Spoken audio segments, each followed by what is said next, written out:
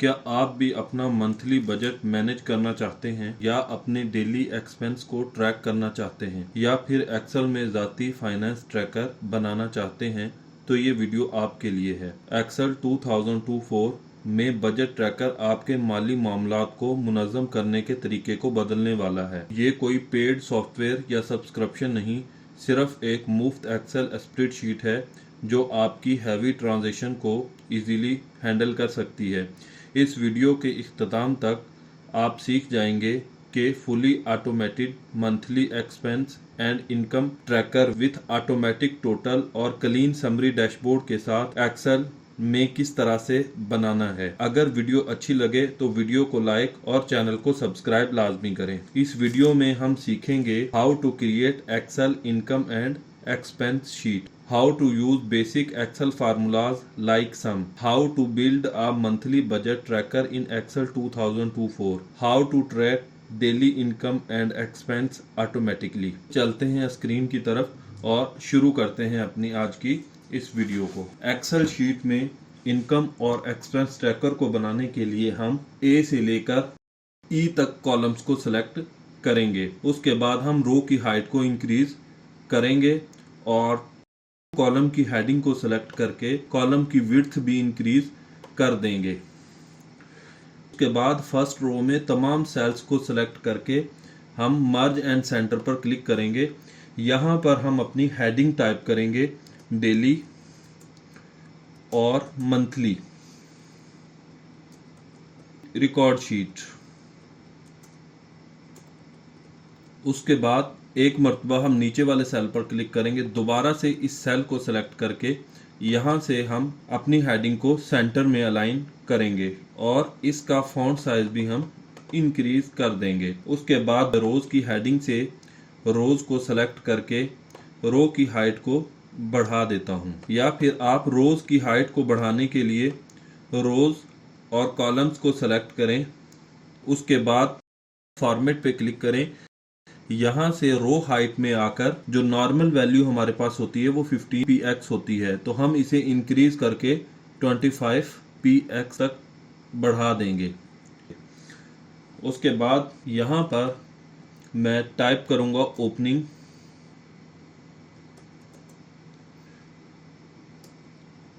Opening balance.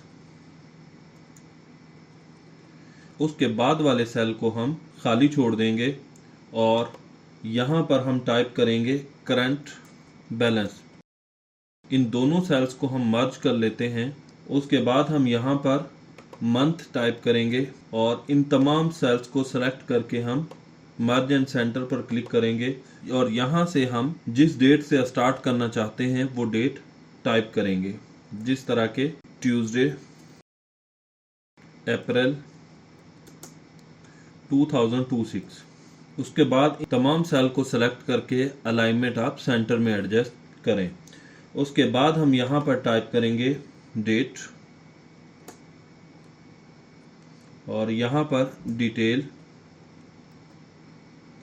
यहाँ पर income और एक्सपेंस।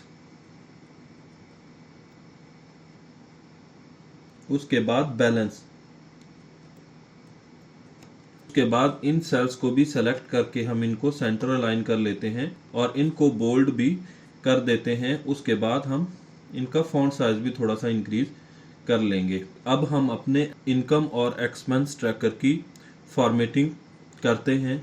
फर्स्ट वाले सेल को सेलेक्ट करें और यहाँ से कोई भी बैकग्राउंड कलर हम यहाँ पर अप्लाई कर देते हैं। उसके बाद दोबारा यहाँ से क्लिक करें कोई दूसरा कलर और इसी तरह दोबारा से हम यहाँ पर क्लिक करते हैं। इन तमाम सेल्स में हम कलर्स को अप्लाई कर लेंगे।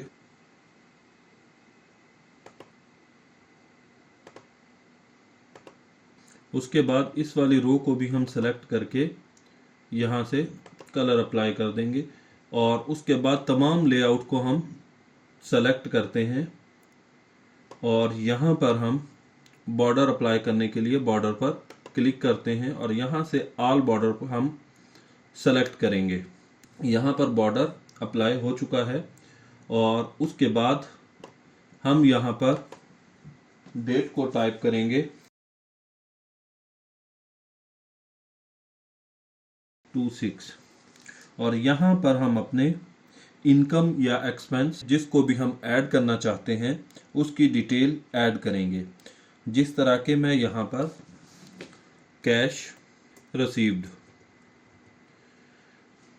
और यहाँ पर ओपनिंग बैलेंस के सामने हम ओपनिंग बैलेंस ऐड करेंगे, चाहे शॉप हो या पर्सनल एक्सपेंस शीट या फिर कोई भी ऑर्गेनाइजेशन, हर चीज़ के लिए ओपनिंग बजट मौजूद होता है।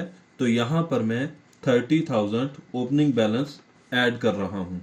उसके बाद हम यहाँ पर इनकम वाले कॉलम में इनकम को ऐड करेंगे। जिस तरह के यहाँ पर 10,000 कैश रिसीव हुआ है और उसके बाद एक्सपेंस वाले सेल को खाली छोड़ दें और लास्ट वाले बैलेंस वाले सेल में आने के बाद यहाँ पर हम फार्मूला अप्लाई करेंगे, इक्वल्स टू ओपनिंग बैलेंस के सामने वाली वैल्यू पर क्लिक करें और प्लस इनकम वाले सेल में मौजूद वैल्यू पर क्लिक करें।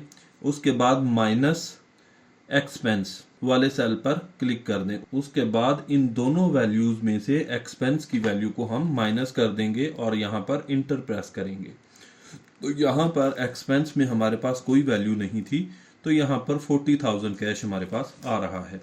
इसी तरह अगर दोबारा से हम डिटेल पर क्लिक करें और यहाँ पर मैं टाइप करता हूँ इलेक्ट्रिसिटी बिल और इसको हम एक्सपेंस में ऐड करेंगे। यहाँ पर मैं 8,000 टाइप कर रहा हूँ और उसके बाद दोबारा से इस वाले सेल में हम फार्मूला पुट करेंगे, इक्वल्स टू इससे ऊपर वाले सेल में जो बैलेंस है उस पर क्लिक करें और इसमें प्लस करें जो आज की इनकम वाला सेल है उसको, और इन दोनों को प्लस करने के बाद यहाँ पर माइनस प्रेस करें और आज का जो एक्सपेंस है उसको यहाँ से माइनस कर दें। तो आप देख सकते हैं कि बैलेंस में हमारे पास जो आज का एक्सपेंस था वो माइनस होकर जो बाकी अमाउंट बचा वो बैलेंस में शो हो रहा है। इसी तरह अगर मैं यहाँ पर दोबारा से डेट ऐड करूँ और लंच, और ये भी हमारे पास एक्सपेंस में है, तो यहाँ पर जो भी लंच का बिल था वो हम ऐड करते हैं। उसके बाद इस वाले सेल पर क्लिक करें और माउस को इस सेल के कोने में लेके आएं। जब ये फिल वाला कर्सर आपके पास आ जाए तो इसको नीचे की तरफ ड्रैग कर दें। ये फार्मूला हमारी तमाम शीट में अप्लाई हो चुका है। अब अगर हम यहाँ से कोई भी दूसरी वैल्यू ऐड करते हैं और यहाँ पर एक्सपेंस ऐड करता हूँ 2000 और जैसे ही मैं इंटर प्रेस करूँगा आप देख सकते हैं कि हमारा फार्मूला बिल्कुल सही वर्क कर रहा है। एक और डेट में यहाँ पर ऐड करता हूँ। उसके बाद हम यहाँ पर टाइप करते हैं कैश रिसीव्ड और कितना रिसीव्ड हुआ है, फॉर एग्जांपल 4000 कहीं से हमें मिला है। तो आप देख सकते हैं कि यहाँ पर 4000 जो है वो ऐड हो चुका है। अब अगर हम इसको समझें तो इनकम वाले सेल में हम तमाम उन वैल्यूज़ को ऐड करेंगे जो भी पैसे हमारे पास आ रहे हैं, और एक्सपेंस वाले सेल में जो भी पैसे हम खर्च कर रहे हैं वो हम एक्सपेंस वाले कॉलम में ऐड करेंगे, और बाकी जो कैश हमारे हाथ में होगा वो यहाँ पर बैलेंस की सूरत में शो हो रहा है। उसके बाद इस वाले सेल में क्लिक करें इक्वल्स टू और इसमें लास्ट वाले सेल का रेफ टाइप कर दें। इक्वल्स टू टाइप करने के बाद लास्ट वाले सेल पर क्लिक करें और इंटर प्रेस करें। तो आप देख सकते हैं कि जो भी लास्ट वाला हमारे पास बैलेंस होगा वो यहाँ पर करंट बैलेंस में शो हो रहा है, या दूसरे लफ्ज़ों में हम इसे कैश इन हैंड भी कह सकते हैं। अगर वीडियो अच्छी लगी तो वीडियो को लाइक और चैनल को सब्सक्राइब लाजमी करें।